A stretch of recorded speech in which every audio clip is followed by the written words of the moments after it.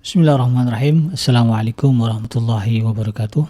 Innal hamdalillah nahmaduhu wa nasta'inuhu wa nastaghfiruh wa na'udzu billahi min syururi anfusina wa min sayyiati a'malina may yahdihillahu fala mudhillalah wa may yudlilhu fala hadiyalah. Asyhadu an la ilaha illallah wahdahu la syarikalah wa asyhadu anna Muhammadan abduhu wa rasuluhu la nabiyya ba'dah. Allahumma salli wa sallim ala hadha nabiyil karim wa ala alihi wa ashabihi wa man tabi'ahum bi ihsanin ila yaumiddin. Wa qala Allah ta'ala fi kitabihil karim ya ayyuhallazina amanu taqullaha haqqa tuqatih wa la tamutunna illa wa antum muslimun. Ya al-haq adkhilna mudkhala sidqin wa akhrijna mukhraja sidqin wa ja'alna min ladunka sultanan nasira. Ja'al haq wa zahaqal batil innal batila kana zahuqa. Rabbi israh li sadri wa yassir li amri wahlul 'uqdatam min lisani yafqahu qawli. Allahumma 'allimna ma yanfa'una wanfa'na bima 'allamtana wa zidna 'ilma wa arina al-haqqa haqqan warzuqna ittiba'ah wa arina al-batila batila warzuqna ijtinabah. Rabbana innana amanna faghfir lana dzunubana wa qina adzabannar. Amma ba'd.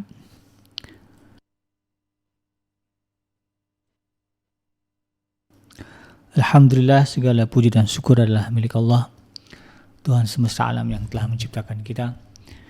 Dan karena rahmat dari Allah Subhanahu wa taala, kembali kita berjumpa di udara di gelombang 1044 AM iDream Radio Successful Muslim Family dalam program Tarbiyatul Aulad, di mana insyaallah kita akan coba sama-sama mendalami berbagai hal yang terkait dengan upaya kita untuk mendidik anak-anak kita menjadi pribadi-pribadi yang saleh. Ya, sekalipun kesalehan itu ya atas izin Allah Subhanahu wa taala, tetapi kita tentu ya sebagai orang tua ya wajib menjalankan perintah dan amanah dari Allah Subhanahu wa taala untuk mendidik dan membina anak-anak kita menjadi pribadi-pribadi yang saleh. Tidak lupa kita baca salawat dan salam. Allahumma salli ala Sayyidina Muhammad wa ala ali Sayyidina Muhammad. Assalamualaikum ayuhan Nabi wa rahmatullahi wabarakatuh. Semoga Allah menerima salawat dan salam yang kita baca dan dilimpah curahkan kepada para Nabi, para Rasul, wabil khusus ya, Rasulullah Muhammad Sallallahu Alaihi Wasallam. Dan semoga kita termaktub, tercatat ya, sebagai orang yang akan bertemu dengan Allah Subhanahu wa taala dalam keadaan sejahtera, dijauhkan dari api neraka dan dimasukkan ke dalam jannahnya dan dipertemukan dengan Rasulullah Sallallahu Alaihi Wasallam. Dan semoga kita ya menjadi orang-orang ya di dalam kehidupan ini, orang-orang yang senantiasa menegakkan ya panji-panji agama Allah, dan kemudian kita turunkan itu kepada putra dan putri yang Allah amanahkan kepada kita, insyaallah, amin ya rabbal alamin. Sahabat Adam yang dirahmati Allah, kembali kita membahas ya mengenai hal-hal yang berkaitan dengan pendidikan anak ya, dan pada hari ini, pada kesempatan ini, izinkan saya mengangkat tema tentang sebab-sebab kenakalan pada anak dan cara penanggulangannya. Hal ini tentu ya harus dipahami ya, oleh segenap kita yang mungkin sudah berstatus sebagai orang tua, atau juga mungkin yang statusnya ya, calon orang tua gitu ya. Bahwa kita ya, yang sudah menikah lalu Allah anugerahkan anak, maka penting bagi kita untuk memahami ya, apa sesungguhnya menjadi sebab munculnya kenakalan pada anak-anak kita, dan kemudian bagaimana kita menanggulanginya. Dan tentu ya pemahaman ini juga penting bagi mereka yang akan menikah, yang akan membangun sebuah keluarga yang harapannya tentu ya punya anak yang baik, punya anak yang saleh. Berbicara mengenai sebab-sebab kenakalan pada anak ya, tentu banyak sekali hal-hal yang menyebabkan, dan juga banyak sekali ya sarana-sarana yang bisa mengakibatkan terjadinya kenakalan pada anak, ya. Atau bahkan menyebabkan rusaknya ya moralitas, ya, akhlak begitu, dan kemudian menjadi sebab ya menjadi wasilah atas pendidikan yang buruk ya, di masyarakat kita. Dan tentu itu adalah sebuah kenyataan kenyataan yang pahit ya, kalau kita mendapati anak-anak kita menjadi anak-anak yang nakal. Kalau masyarakat ya, satu masyarakat mendapati anak-anak di tempat mereka berada adalah anak-anak yang nakal, ya, tentu itu adalah sebuah kenyataan yang pahit, dan tentu ya boleh digambarkan sebuah kehidupan yang penuh dengan kegilaan gitu ya. Kadang-kadang kalau kita lihat ya bagaimana anak-anak ya, kenakalan pada anak-anak ya, apalagi kalau kita ikuti perkembangan di berita, kita geleng-geleng dibuatnya begitu ya, seolah-olah ya, itu adalah perilaku yang dalam tanda kutip ya kita sebut sebagai sebuah kegilaan. Yang keluar kan begitu ya, kalau ada berita ya, anak-anak melakukan kejahatan ya, atau kenakalan begitu ya, semisal tawuran ya, bullying yang kadang-kadang kita lihat ya di media, anak-anak membuli teman sebayanya padahal baru SD kelas 4 ya, kemudian dipukuli sampai meninggal, kan ada kejadian begitu.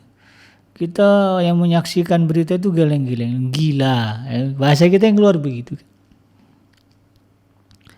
Nah inilah yang kemudian harus kita pahami, betapa banyaknya kejahatan-kejahatan dan kerusakan-kerusakan yang menyerang ya, anak-anak kita dari berbagai penjuru, dari berbagai hal, dari segala tempat, yang kemudian itu menjadi sarana, menjadi penyebab atas ya, munculnya perilaku nakal pada anak-anak kita. Nah seandainya ya kita yang berstatus sebagai pendidik ya, pendidik anak-anak kita ya, atau mungkin kita yang berstatus sebagai guru gitu, kemudian tidak benar-benar memikul tanggung jawab ya untuk mendidik anak-anak ini sebagai sebuah amanah dari Allah Subhanahu wa taala, maka tentu dikhawatirkan ya, anak-anak yang berada di dalam didikan kita sebagai orang tuanya, atau mungkin anak-anak yang berada di didikan kita sebagai murid kita ya, kemudian menjadi generasi yang bergelimang dengan dosa dan kemaksiatan yang pada akhirnya akan menimbulkan penderitaan bagi masyarakat di mana mereka hidup gitu ya.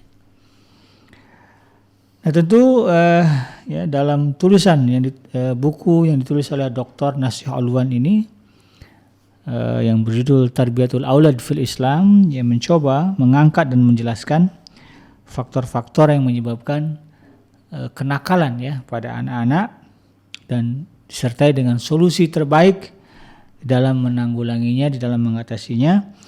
Ya tentu ya buku ini ya bertujuan agar ya siapapun ya yang ingin mengetahui bagaimana Islam meletakkan pondasi yang kokoh ya, dan juga metode-metode yang tepat di dalam membentengi generasi anak-anak mudanya dari kenakalan dan menjaga masyarakat dari fitnah ya.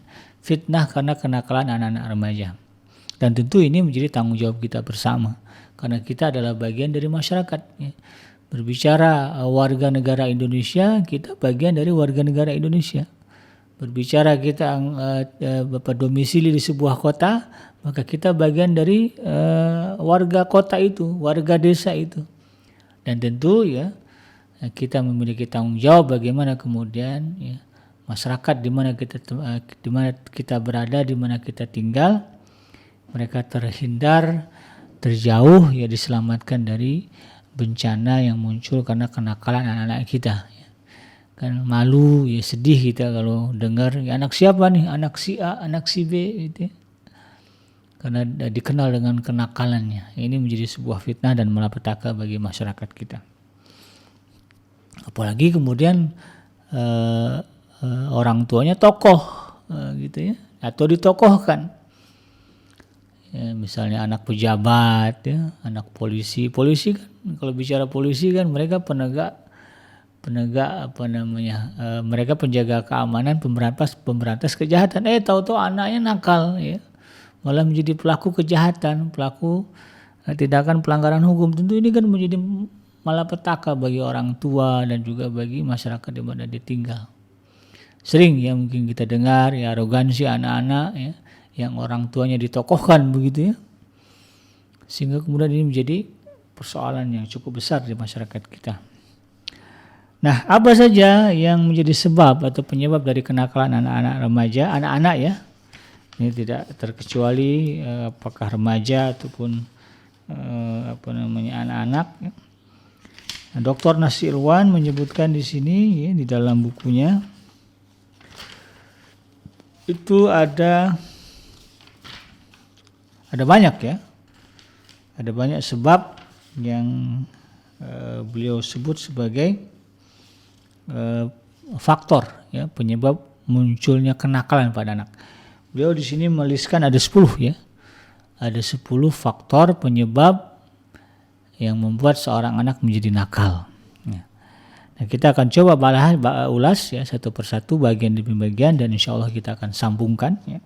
Mungkin hari ini kita coba mengulasnya ya sebagai bagian pertama dan insya Allah pada kesempatan lain kita akan sambung topik yang sama ya di bagian keduanya. Sampai nanti tuntas 10 ya penyebab kenakalan pada anak dan cara penanggulangannya. Yang pertama, menurut Dr. Nasir Irwan ya di dalam bukunya ini, itu Tarbiyatul Aulad fil Islam, beliau mengatakan salah satu penyebab munculnya kenakalan pada anak adalah karena kemiskinan yang mendera keluarga. Nah, sebagaimana kita ketahui bahwa ketika anak tidak mendapati di dalam rumahnya segala apa yang bisa memenuhi kebutuhannya, ya, baik secara fisik maupun rohani. Kalau bicara fisik tentu kebutuhan makannya, pakaiannya, minumannya, tempat tinggalnya, begitu ya, gizinya, atau mungkin juga kebutuhan lain di zaman sekarang kan bicara kebutuhan itu enggak tidak hanya sandang, pangan, papan, ya. Tidak hanya pakaian, tidak hanya makanan, tidak hanya pakaian, tidak hanya tempat tinggal. Sekarang ada pulsa, ya. Pulsa bagian dari kebutuhan pokok ya. Hari ini anak-anak kita belajar online.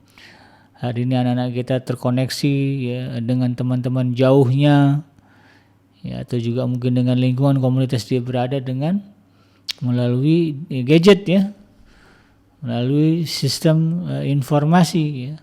Dan itu memerlukan biaya. Yang menjadi kebutuhan sekarang ya, ada anak-anak yang stres gara-gara orang tuanya, anak-anak yang protes lah, bukan hanya stres ya, protes gara-gara orang tuanya tidak menyediakan kebutuhan itu ya, kebutuhan untuk berkomunikasi melalui gadget atau handphone katakanlah begitu. Nah, ketika tidak ia dapati ya orang-orang memberinya sesuatu yang menunjang kehidupannya tersebut ya. Nah, kemudian melihat di sekelilingnya dipenuhi dengan kesusahan dan kemiskinan ya, maka anak ini akan bergegas meninggalkan rumah untuk mencari bekal dan rezeki untuk menopang hidup mereka sendiri. Kalau dilihatnya ya, keluarganya tidak bisa memenuhi kebutuhan dirinya, maka sebetulnya kalau kita lihat ya secara alami ya, naluriah ya, anak ini akan mencari tempat, akan bergerak mencari tempat, lingkungan ya, atau siapapun lah ya yang kemudian bisa memenuhi keinginannya, memenuhi kebutuhannya. Nah, dengan demikian kemudian ya, anak-anak yang keluar dari rumah karena merasa di rumahnya ia tidak memiliki apa-apa ya. Hidup lahir di tengah orang tua yang miskin, keluarga yang miskin, maka kemudian ya, umumnya anak-anak seperti ini akan mudah terpedaya oleh tangan-tangan jahat ya, oleh orang-orang penuh dosa, orang-orang yang kejam dan tidak bermoral, maka kemudian menyebarlah manusia pendosa dan membahayakan jiwa, harta dan kehormatan masyarakat. Ini menjadi fenomena sosial ya, di tengah masyarakat kita. Makanya salah satu upaya pemerintah ya, dari setiap pemerintahan begitu ya, tidak hanya pemerintahan sekarang, pemerintahan sebelumnya juga sama. Salah satu upaya yang paling penting ya bagi pemerintah adalah menanggulangi atau mengurangi angka kemiskinan ekstrim di tengah masyarakat kita. Karena memang ya, kemiskinan ini menjadi salah satu penyebab masalah sosial, di antaranya adalah kenakalan anak remaja, kenakalan anak-anak.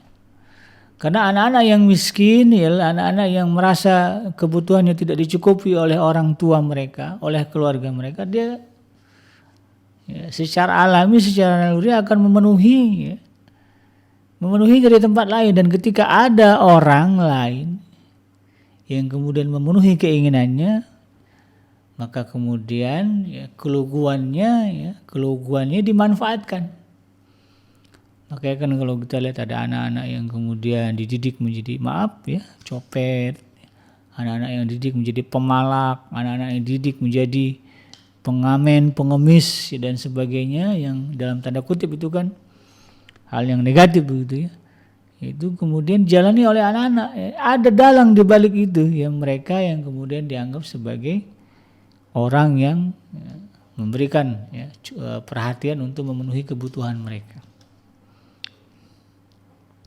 Nah, Islam ya dengan segala syariat yang adil telah meletakkan pondasi yang kuat tentunya ya untuk memerangi kemiskinan dan menetapkan hak hidup yang layak bagi setiap manusia ya.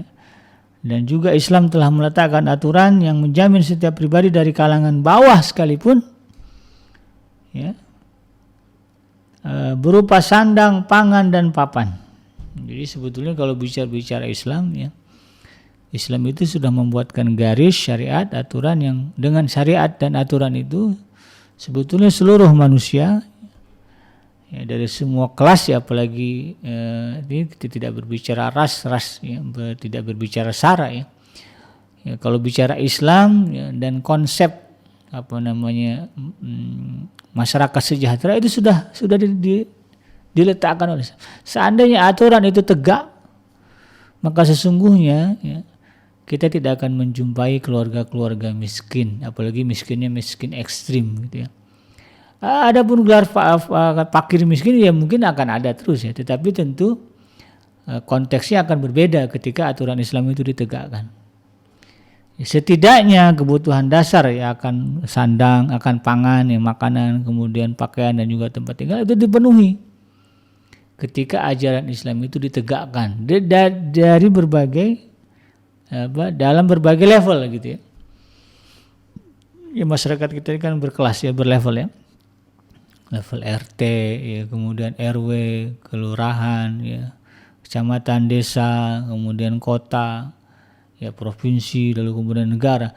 Jika setiap level ini ajaran Islam betul-betul diaplikasikan, diterapkan, dijalankan, maka sesungguhnya itu sudah menjadi solusi ya untuk kemudian memenuhi kebutuhan dasar masyarakat berupa pangan, sandang dan juga pakaian dan papan ya. Dan Islam juga sebetulnya kalau kita cermati menggariskan metode ya, yang praktis dalam menanggulangi kemiskinan yang terjadi di masyarakat ya, di masyarakat Muslim tentunya. Yang kalau kita perhatikan ya, sekarang masih menjadi isu ya, bahwa negara-negara dengan penduduk mayoritas Muslim Islam masih banyak yang terjebak dalam fenomena kemiskinan. Dan aturan Islam, metode yang diterapkan, yang dijalankan di dalam Islam, metode yang ditawarkan Islam, metode yang praktis dan bisa mengentaskan kemiskinan secara tuntas. Ya seperti yang misalnya memberikan jaminan mata pencaharian bagi setiap warga negara, memberikan santunan bulanan kepada kaum yang lemah ya, yang diambil dari kas negara, merancang undang-undang untuk memberikan santunan kepada bapak yang memiliki keluarga dan anak. Ini terbukti ya di zaman Rasulullah SAW, kemudian lanjut ke zaman Khulafaur Rasyidin ya, ada Sayyidina Abu Bakar As-Siddiq, ada Sayyidina Umar bin Khattab, Sayyidina Utsman bin Affan, Sayyidina Ali bin Abi Thalib. Kepala-kepala negara ini ya, pemimpin-pemimpin Muslim ini mereka membuat aturan-aturan yang bagaimana kemudian ya, kebutuhan dasar manusia ya, kebutuhan dasar orang-orang yang di bawah pimpinan ini terpenuhi. Bahkan Sayyidina Abu Bakar As-Siddiq ya, Sayyidina Abu Bakar As-Siddiq sampai beliau meninggalkan profesinya sebagai pedagang demi menjamin kemaslahatan ya, bagi orang-orang yang berada di bawah kepemimpinannya. Ketika beliau sudah dilantik menjadi khalifah ya, lalu kemudian besoknya begitu ya, beliau sudah mulai menjalankan ya, sudah mulai bertugas begitu, lalu kemudian lupa ya dengan pebisnisnya, sampailah kemudian satu ketika beliau pulang ke rumah nggak ada makanan ya. Rupanya kata istri beliau, ya nggak ada ya, dari mana gitu kan, Anda kan nggak dagang gitu, nggak bisnis. Lalu kemudian Sayyidina Umar Abu Bakar menyadari itu, lalu kemudian beliau pergi ke gudang ya, ngambil kain, dipanggul, dibawa ke pasar mau dijual ya, demi menafkahi keluarga. Jadi sampai seperti itu ya, dan kemudian dicegah oleh Sayyidina Umar dan kemudian dibuat sistem penggajian dari Baitul Mal. Jadi sampai sedemikian ya sosok pemimpin muslim yang betul-betul amanah, bagaimana dia total ya berupaya menegakkan ya, atau berupaya memperjuangkan hak-hak dasar masyarakat yang berada di bawah kepemimpinannya, konstituennya lah gitu ya. Semuanya dipenuhin.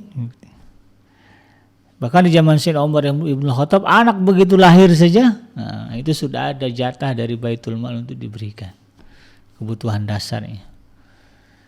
Ya, apalagi berbicara fakir miskinnya, ya. Kemudian yatimnya, begitu kan, itu ada jaminan yang diberikan. Yang jandanya itu ada. Dan Islam memperjuangkan ya, memberikan jaminan hukum agar mereka ya, kehormatannya terjaga sebagai manusia, ya tidak harus kemudian ngemis-ngemis ya, apalagi ngerampok, dan hanya untuk kebutuhan dasar. Ya, jadi Islam menjamin kelayakan hidup ya. Nah, dan itu semua akan tercapai terwujud kalaulah ya, metode dan hukum yang ada di dalam Islam kemudian diwujudkan, diaplikasikan, diterapkan ya, di dalam kehidupan masyarakat kita ya, yang pemimpin sadar begitu ya bahwa Islam begitu menekankan pentingnya mengangkat atau mengeluarkan rakyatnya dari kemiskinan. Ya, ada satu ayat di dalam Al-Qur'an yang mengatakan, yang menyebutkan ya, Ara'aital ladzi yukadzibu biddin, ya, tahukah kamu siapa itu penista agama ya. Fadzalikal ladzi yad'u'al yatim, ya, mereka lah orang-orang yang menyia-nyiakan anak yatim. Wala yakhuddu ala ta'amil miskin, dan mereka tidak peduli dengan ya, kelaparan yang diderita oleh orang miskin. Jadi orang-orang yang tidak peduli ya dengan kelaparan orang yang ada di sekitarnya, Allah sebut sebagai penista agama. Seberapa panjang jenggotnya, seberapa tinggi serbannya, kalau dia ya, acuh dengan nasib anak yatim yang ada di sekitarnya, yang dia ketahui diacuh ya dengan orang-orang miskin yang kelaparan yang ada di sekitarnya, maka orang ini disebut di dalam Al-Quran sebagai penista agama, pendusta agama. Bohong gitu ya, ngaku-ngaku Islam kalau kemudian membiarkan ya itu tadi ya, anak yatim dan fakir miskin tidak bisa makan, hajat dasarnya tidak terpenuhi. Jadi ini sebuah penekanan bahwa ketika Islam ya, ajaran Islam tegak, diamalkan, diaplikasikan oleh manusia di dalam level ya, dalam strata kedudukannya di masyarakat, ya, apakah dia sebagai warga masyarakat biasa dengan status mungkin sebagai orang kaya, atau dia memiliki jabatan begitu ya, sebagai pengurus begitu ya, atau sebagai kepala atau apa, ketika dia mengaplikasikan ajaran Islam, hukum-hukum Islam gitu. Kalau bicara hukum kan ada zakat ya, zakat itu hukumnya wajib. Ketika itu ditunaikan, dijalankan dengan sebaik-baiknya, maka yakinlah tidak ada sebetulnya orang yang akan terjerumus ke dalam kemiskinan ekstrim gitu ya. Nah, ini yang harus kita pahami. Nah, dari sinilah kemudian ya, bagaimana kita berupaya ya, sebagai makhluk sosial untuk kemudian saling mengingatkan, saling menyadarkan satu sama lain agar berjuang untuk ya, menjalankan kebenaran ya, dan juga kesabaran. Ya, tawasau bil haq wa tawasau bis sabr. Nah, itu dalam skala sosial. Nah, dan kalau berbicara skala individu begitu, Islam juga sebetulnya menjadi solusi atas penyebab kemiskinan. Karena pada dasarnya ya sahabat Adrim yang dirahmati Allah, rezeki manusia, ya, rezeki ini kan kalau yang dasarnya yang menyangkut itu tadi ya, sandang, pangan, papan, ya, pakaian, makanan dan tempat tinggal. Itu kan kebutuhan basic untuk bisa hidup gitu. Dan Allah sudah menegaskan di dalam Al-Qur'an, wa ma min dabbatin fil ardi illa 'ala Allahi rizquha. Ya, sekalipun dabah ya makhluk melata yang ada di bumi, Allah lah yang menanggung rezekinya. Binatang melata, ya, ulat lah katakan begitu, yang ada di dalam tanah sekalipun, Allah jamin rezekinya. Illa 'ala Allahi rizquha, kecuali Allah yang memberikan rezekinya. Itu rezeki ya, jatah sebetulnya. Maka ketika kita bertanya bagaimana supaya jatah kita tetap mengalir, maka kita harus sadar siapa yang memberikan jatah. Yang memberikan jatah itu Allah. Yang memberikan rezeki itu Allah. Allah kan Ar-Razzaq. Allah itu Ar-Razzaq. Allah pemberi rezeki. Nah, ketika kita menyadari itu Allah yang memberikan kita rezeki, Allah yang memberikan memenuhi kebutuhan sandang kita, pangan kita, dan papan kita, maka kemudian berusahalah, berjuanglah bagaimana kemudian agar zat ya Allah, ya, agar zat yang memberikan rezeki itu kemudian tidak putus mengalirkan rezekinya kepada kita. Dan menjamin rezeki itu, menjamin ya, sampai jatah rezeki itu kepada kita. Caranya bagaimana? Dekati dia, ya. Amalkan segala perintahnya, patuhi segala larangannya, ya, dan berbicara, mengamalkan perintah dan mematuhi larangan, itu kan konsep takwa. Maka di dalam Al-Quran disebutkan, wa may yattaqillaha yaj'al lahu makhrajan wa yarzuqhu min haitsu la yahtasib. Ketika seseorang ya, sempurna baik ketakwanya di mata Allah, maka Allah mengatakan yaj'al lahu makhrajan, kalau dia ada problem, kesulitan ekonomi dan sebagainya, ya, kalau bicara problem kan banyak ya, termasuklah kesulitan ekonomi, kesulitan memenuhi sandang, pangan dan papan, maka kata Allah katakan Allah akan berikan dia jalan keluar. Yaj'al lahu makhrajan, artinya apa? Akan terpenuhi itu ya. Ya, dengan izin Allah Subhanahu wa taala. Ya mungkin ikhtiarnya dia pergi keluar ya, kemudian ya mudahlah bagi Allah untuk memberikan sesuatu yang menjadi jalan rezeki bagi hamba-hambanya. Ya. Wa yarzuqhu min haitsu la yahtasib, ya, bahkan konsepnya rezeki yang Allah berikan itu ya, di luar perkiraan, di luar persangkaan. Banyaklah ya. Kalau berbicara kisah ya bagaimana Allah Subhanahu wa taala memberikan solusi terkait dengan persoalan rezeki ya, dan juga kemiskinan. Yang kedua, sahabat Adrim yang dirahmati Allah, itu tadi ya, penyebab pertama kenakalan pada anak adalah ketika anak merasa bahwa apa yang dia butuhkan tidak terpenuhi oleh keluarga, terutama bab materi. Ya kan, kalau berbicara materi, ya berbicara kebutuhan yang utama kan, kalau anak-anak kan perut kenyang dulu ya. Perut kenyang, pakaian ada, tempat tinggal ada. Nah, barulah nanti yang lain-lainnya begitu ya. Yang sifatnya menjadi penunjang atau sekunder. Ketika itu semua berhasil dipenuhi, maka tentu insya Allah ya anak-anak ini nggak akan kemana-mana. Di rumah juga udah dipenuhin, ya minta ini minta itu, orang tuanya sudah siap. Ini bukan berarti apa yang semua anak-anak kita minta dipenuhi, tidak. Tentu kita berbicara kebutuhan dasar, basic need lah begitu ya bagi anak-anak kita. Ketika itu terpenuhi, maka insya Allah mereka tidak akan mencari tempat lain untuk memenuhi itu.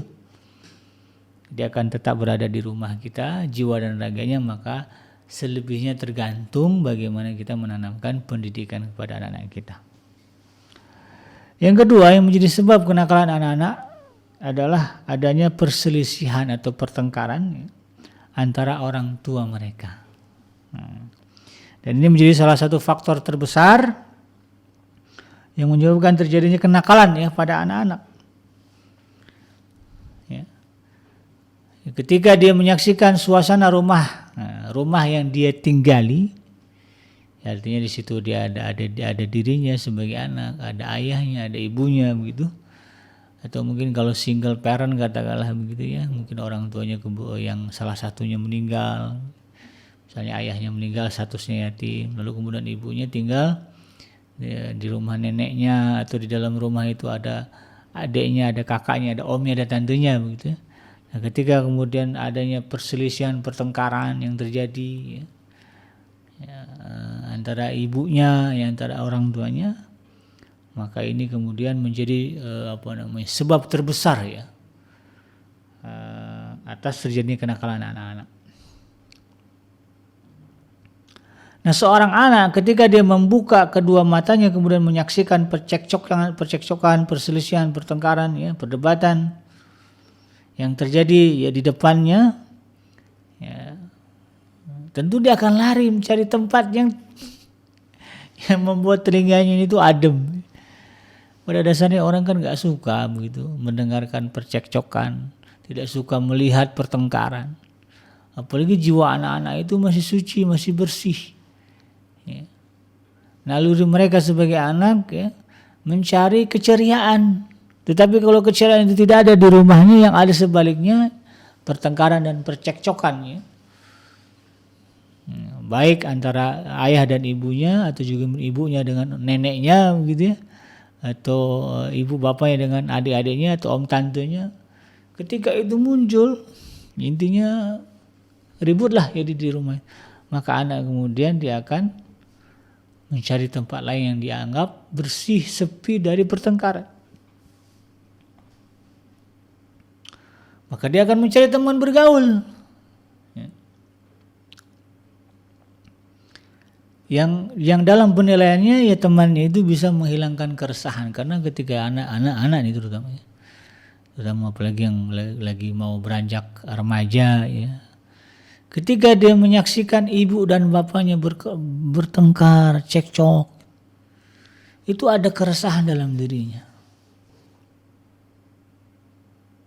ada keresahan, karena seharusnya Pak yang dia dapatkan adalah kasih sayang dari keduanya. Tapi bagaimana keduanya akan mencurahkan kasih sayang secara bersamaan ketika antara ayah dan ibunya ada masalah? Datang ke rumah, mau bercengkera sama anak, gak jadi gara-gara ada ibunya di rumah. Nah, ini yang kemudian menjadi kegelisahan dan keresahan anak. Nah, ketika jiwanya gelisah, resah gitu ya, karena kekhawatiran yang muncul atas percekcokan antara orang tuanya, antara ibu dan bapaknya, maka kemudian dia akan mencari tempat untuk menenangkan perasaannya. Dan secara alami ya dia akan menghabiskan waktu di luar rumah. Karena di rumahnya nggak enak, karena di rumahnya dipenuhi dengan suasana pertengkaran. Maka dia akan pergi ya, keluar rumahnya mencari tempat yang dianggap nyaman bagi dirinya. Dan ya, yang bahayanya adalah kemudian mereka jatuh ke tempat yang tidak tepat. Kalau dia pergi dapat teman baik, alhamdulillah. Ya, teman baiknya ini akan menguatkan dia untuk tetap bisa bersabar, untuk tetap bisa bertahan menghadapi gejolak yang ada di dalam rumahnya. Tetapi ketika dia lari pergi ya ke tempat yang salah, ya, bahkan kemudian menjadikan menjadikan diri si anak ini sebagai mangsa ya, korban, sebagai aset begitu ya, bagi orang-orang jahat, maka kemudian anak ini akan terseret ya ke dalam kebobrokan moral, dekadensi akhlak begitu. Dan kemudian ya ketika dia dibiarkan begitu ya dalam kondisinya ya, yang akhlak yang buruk itu akhlaknya, maka ketika dewasa dia akan menjadi perusak negara. Nah, inilah ya penjahat-penjahat itu munculnya dari sini nih. Ya, para pelaku tindakan kriminal ini ya, munculnya dari sini. Kalau kita lihat ya di di berita ya, ketika ada ya penjahat-penjahat yang ditangkap polisi. Ya, kalau kita tanya, apalagi kalau berbicara kenakalan remaja ya, yang tawuran lah, yang terlibat peredaran narkoba dan sebagainya. Kalau dicek-cek gitu, itu masalahnya dari orang tuanya. Ada masalah dari orang tuanya. Orang tuanya itu ya di rumah nggak bikin dia nggak nyaman. Ada aja yang bikin dia marah. Sehingga dia tidak merasa rumah itu adalah tempat ya, tempat dia kembali, tempat dia pulang. Dia nggak merasa homey di rumah. Ya, mau tidur aja susah. Orang tuanya mau tidur aja berantem gitu ya. Banting piring, pecahin gelas ya. Waduh. Nah, ini yang harus kita pahami. Nah, Islam dia tentu memiliki prinsip-prinsip yang bijaksana dan abadi dalam menuntun seorang laki-laki yang hendak mencari pasangan hidup. Sebagaimana yang juga diterapkan prinsip-prinsip dan jalan terbaik bagi mereka calon-calon istri dalam memilih suami. Nah, ini memang kalau berbicara cekcok suami istri ya, pertengkaran ayah dan ibu ya, pangkalnya adalah dari bagaimana memilah dan memilih suami. Makanya pesannya adalah hati-hati memilih calon pasangan hidup ya, terutama bagi wanita ya, kadang-kadang yang mudah ya, itu ya, mudah dialihkan ya, dengan wajah yang tampan, mudah dialihkan dengan kekayaan yang melimpah ya, dengan kepopuleran, tapi ternyata rupanya tidak terlihat sisi ya, bahwa calon suaminya itu rupanya suka pelaku zina ya. Sehingga kemudian begitu tahu ya dia suka selingkuh, udah dah ya, ribut ya. Atau ternyata suami pecandu narkoba ya, begitu tahu jadi ribut ya. Ternyata suaminya suka main judi gitu. Ketika tahu ya setelah menikah itu jadi persoalan. Oleh karena itu ya Islam sebetulnya sudah mengajarkan ya konsep dan prinsip bagaimana memilah dan memilih calon pasangan hidup ya. Dan ini kalau nggak salah sudah saya bahas ya pada episode di awal-awal ya, dimana sebelum kita kadung ya membentuk keluarga dan punya anak, nah sebelum menikah ya, ada cara, ada strategi bagaimana memilah dan memilih pasangan hidup. Dan itu semua ya kenapa Allah atur sedemikian rupa? Kenapa istilahnya Allah begini loh kalau kamu mau punya suami ini kriterianya. Begini loh kalau kamu mau punya istri ini kriterianya. Kenapa Allah sampai sedemikian rupa ya? Kenapa Allah dan Rasulullah sampai sedemikian rupa mengajarkan kita? Karena memang itu semua ya dalam upaya mewujudkan ya, adanya rasa cinta, saling memahami, saling menolong, saling menghindari problem ya, saling menghindari perselisihan ya, sehingga kemudian muncullah ya suasana yang sebagaimana disebutkan Rasulullah, baiti jannati, rumahku itu, rumah tanggaku itu seperti surga. Surga tidak ada keributan, surga itu damai, tentram ya. Nah, ini yang kemudian harus kita pahami. Maka nah inilah yang harus menjadi concern kita ya, ketika kita berbicara ingin ya, berada di dalam rumah tangga yang sakinah mawaddah warahmah ya, tentu ya kita harus betul-betul pastikan ya, kita harus berupaya untuk kemudian mendapatkan suami, mendapatkan istri dengan akhlak yang baik ya, yang kemudian karenanya kita bisa merasa tentram ya. Kenapa? Karena dia nggak suka ribut. Makanya kadang-kadang ya ini jadi juga catatan juga ya bagi para istri ya, jangan sering ngomel-ngomel. Ya, kalau ngomel itu isinya doa aja lah. Aduh gimana Kakanda ya gitu ya. Ini anak-anak mau sekolah nggak ada uang jajan, ya Allah berilah nih suami saya gitu ya. Kalau itu kan enak dengernya kan doa ya. Tapi kalau isinya ya memarahi, memaki, mencaci, Ya, walaupun pada posisi betul ya memang kan istri kan nggak mungkin lah gitu ya. Di rumah nggak ada nafkah gitu kan. Tapi kalau isinya adalah mencaci memaki, apalagi pakai ya ada bunyi nama-nama binatang keluar dari mulutnya, ya tentu ini tidak akan menjadi solusi. Ya. Nah ini yang harus kita pahami bersama-sama. Dan ini yang harus kita pesankan kepada anak-anak kita, terutama yang akan masuk ke dalam masa pernikahan. Sadarkan mereka betul-betul ya, jangan mudah teralihkan perhatian ya karena ketampanan, rupa ya, kecantikan, kekayaan, popularitas yang dimiliki oleh calon pasangan, sehingga kemudian lupa memastikan bahwa calon pasangan kita ini adalah orang yang berakhlak baik, orang yang memang tidak suka ribut, orang yang tidak suka berselisih, bertengkar, ya, tidak suka menyalahi, ya, menyalahi perintah, tidak suka menyalahi, sabarlah gitu. Nah, ketika itu yang kemudian kita bisa pastikan pasangan saya ini baik, maka insya Allah ketika pernikahan itu terjadi, ya, kemungkinan adanya perselisihan, cekcok dan sebagainya yang disebabkan oleh faktor internal bisa kita tekan. Tapi nanti kalau berbicara ya ada nanti faktor eksternal ya kita tidak. Allah alam ya. Bisa saja begitu kan, suaminya baik, istrinya baik, datang orang ketiga gitu. Nah, tentu ini ada lagi penanganannya gitu kan.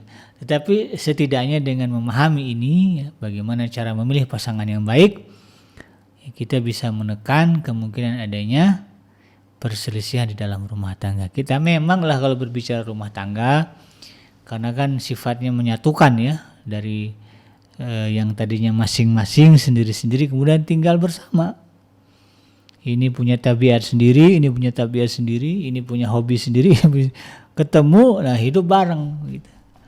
Kalau kemudian tidak disikapi dengan bijak, tidak disikapi sesuai dengan ajaran agama, ya, tidak menjadikan agama sebagai rambu dan panduan di dalam menjalani kehidupan berumah tangga, maka wajar ya jika kemudian ya, percekcokan, perselisihan, pertengkaran ya, antara suami dan istri, bahkan status ketika sudah menjadi ibu, bapak masih akan terjadi. Mudah-mudahan bermanfaat, yang benar datangnya dari Allah Subhanahu wa taala, dan yang salah itu semata-mata lahir dari kealfaan dan kehilapan saya pribadi. Saya bikin pamit undur. Subhanaka Allahumma rabbana wa bihamdika asyhadu an la ilaha illa anta astaghfiruka wa atubu ilaik. Walhamdulillahirabbil alamin. Wassalamualaikum warahmatullahi wabarakatuh.